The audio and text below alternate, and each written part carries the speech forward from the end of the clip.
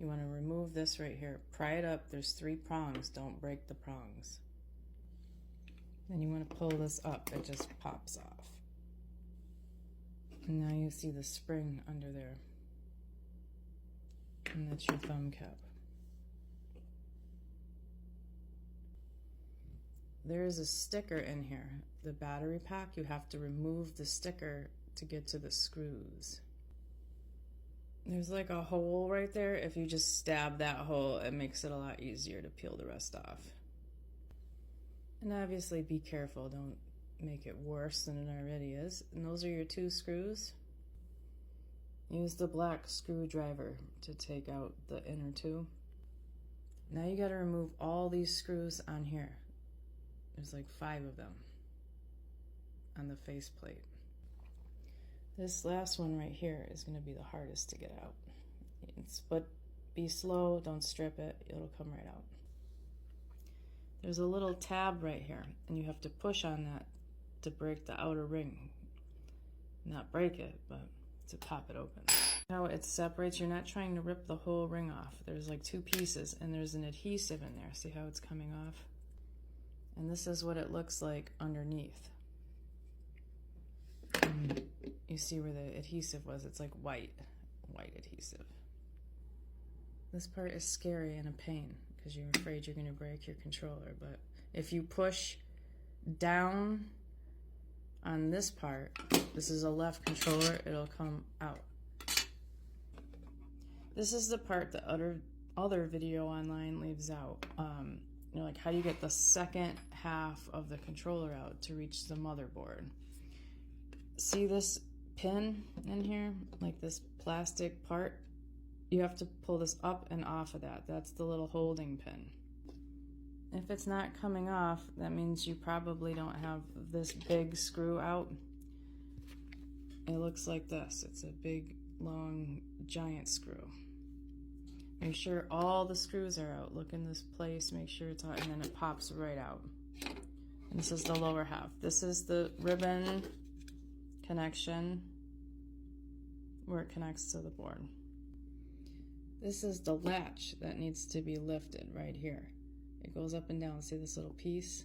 If you're lucky, when you pull it out, it'll just pull out without damaging the latch. But try to get that little latch lifted from this angle. Slide it in and lift it up before you pull the assembly out.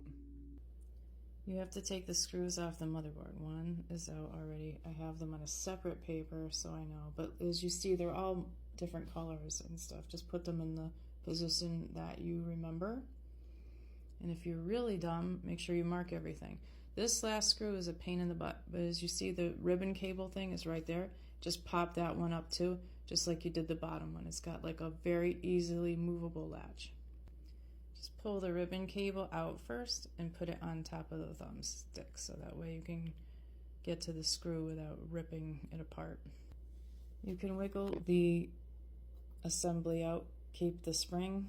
That's why when you're doing like cleanings where you just pull it apart and put contact cleaner on it, don't mess up the spring too much because it doesn't come with a new spring. All you have to do is be able to wiggle it just enough to get it out. See how everything is still attached and in place? And then you're going to have to check the buttons and the ribbon cables, everything before you close it up. I don't pull that final top screw out right there. I just pull it out part of the way so that it doesn't flop off. And I have to disconnect everything. Just do yourself a favor, open it just a little bit, because even though you can pull the assembly out, it is a pain to shove it back in. Remember, see this ribbon? It slides into here. You have to get it underneath and slide it in. Use tweezers. Trying to put this piece back on and reattach the ribbon cable is the hardest part of the whole assembly. So make sure you know how to put it on and off a couple times before you attempt it. Click it back into place. Put the ribbon on when it's partially on and try to shove it in with the tweezers and close the latch. That's the easiest way. It'll save you aggravation. Make sure you have every light in the house on.